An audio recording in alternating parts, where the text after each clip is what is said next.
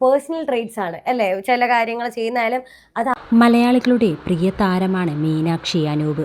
തൻ്റെ ഉറച്ച നിലപാടുകളിലൂടെയും ക്യാപ്ഷനിലൂടെയും കയ്യടി നേടാൻ മീനാക്ഷിക്ക് പലപ്പോഴും കഴിയാറുണ്ട്. ഇപ്പോഴിതാ വിവാഹ ചെലവ് മാതാപിതാക്കളുടെ ഉത്തരവാദിത്തമല്ലെന്നും തനിക്ക് സ്വർണം വേണമെങ്കിൽ താൻ തന്നെ വാങ്ങുമെന്നും പറയുകയാണ് മീനാക്ഷി. വനിതയ്ക്ക് നൽകിയ അഭിമുഖത്തിലാണ് താരം ഇക്കാര്യം പറഞ്ഞത്.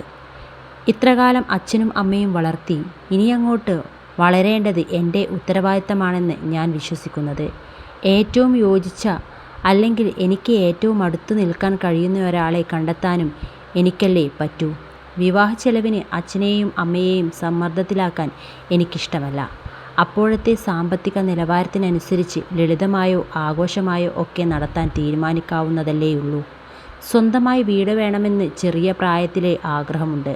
വിവാഹത്തിലൂടെ ഒരു പറിച്ചുനടൽ വേണ്ട എന്നാണ് കരുതുന്നതെന്നും ആൺകുട്ടി ഇങ്ങോട്ട് വന്നാലും ഞാൻ അങ്ങോട്ട് പോയാലും അത് പറിച്ചുനടലാകും. രണ്ടുപേർ ഒരുമിക്കുമ്പോഴുള്ള പുതുമ എല്ലാ കാര്യത്തിലും വേണം. ഒരുമിച്ച് പുതിയൊരിടത്തു നിന്ന് തുടങ്ങുന്നതാകും നല്ലത്. നിലവിലുള്ള ജീവിത രീതികളൊന്നും അതിനായി മാറേണ്ടി വരരുത്.